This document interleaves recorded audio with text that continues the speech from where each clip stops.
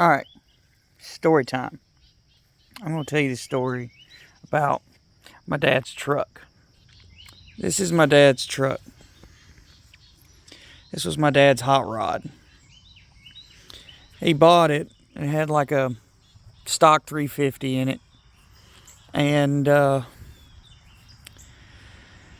kept pestering him. He had a big block and was wanting to put it in something. And he put it in a little Camaro that was completely just a stripped down car, and it was going to take years to build. So I talked my dad into putting this motor in this truck. He built the crap out of this motor. It's a 468 big block. And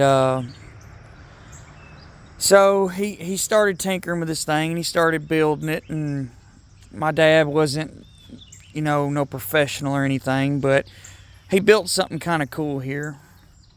Now, my dad passed away November 2022, and my mom let me have his truck. And he never got it running right after he put a supercharger on it, and couldn't figure out why it wouldn't run right. And you can see all this cool stuff in here. He couldn't figure out why it wouldn't run right, and he passed away before he got it running right after the supercharger. It only had 240 miles on the motor, and all it was this whole time was a vacuum line. So I got it working right, and apparently, being that he was a transmission builder, you could tell he was really good at wiring. That's an understatement. But the problem is that he built a transmission as a transmission builder, and he built it extremely aggressive. And I don't know if he put a cheap flywheel in it or if he didn't shim the converter correctly. But when the motor had about 730 miles, I changed the oil. Everything sounded fine. I got in the throttle. I turned it up to like 6,000 RPMs, and everything sounded great. And then like 2-3 days later, it started to sound like marbles were dancing around inside the motor. And it's got dual oil filters, remote oil filters sitting right here. And apparently the transmission and converter pushed the crankshaft and stuff forward, and it ate the bearings, and it ate the thrust bearing in the back of the motor, and it chewed up some of the seal in the back, and the filters had the seal in there.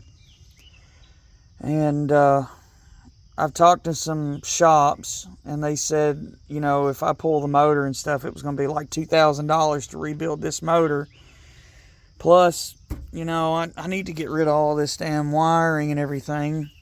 That's easily another, if you put a Terminator X or something on this thing, that's easily another $1,400 freaking dollars. So now I get to stare at my dad's truck broke down. I'm not a broke person. I mean, there's my other hot rod there. But I'd really like to get my dad's truck back up and going. But dadgum, this economy's so rough. And I'm using his wheels on the back of my C10. But this economy's so freaking bad. I can't even afford to put my damn dad's truck back together.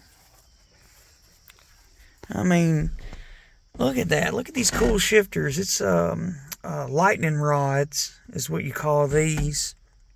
And I mean, he's got the Phytech system, which wasn't the best system out, but I mean, you get a lot of options to still tune it quite a bit.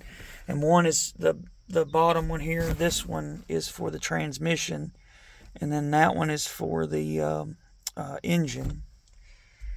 But my dad loved this truck. This was his baby, and it was running right before he put the supercharger on it, but he only put 240 miles on it. So it's kind of like, dadgum, man. Like, the one piece of history I have of my dad, and I can't even drive the damn thing. But that's the story on this truck. I mean, It sounds cool running when it was running good. I mean, it still runs good now, but as soon as it gets temperature in it, it sounds like a bag of marbles in the motor. But I mean, dang. I really wish I could drive this truck.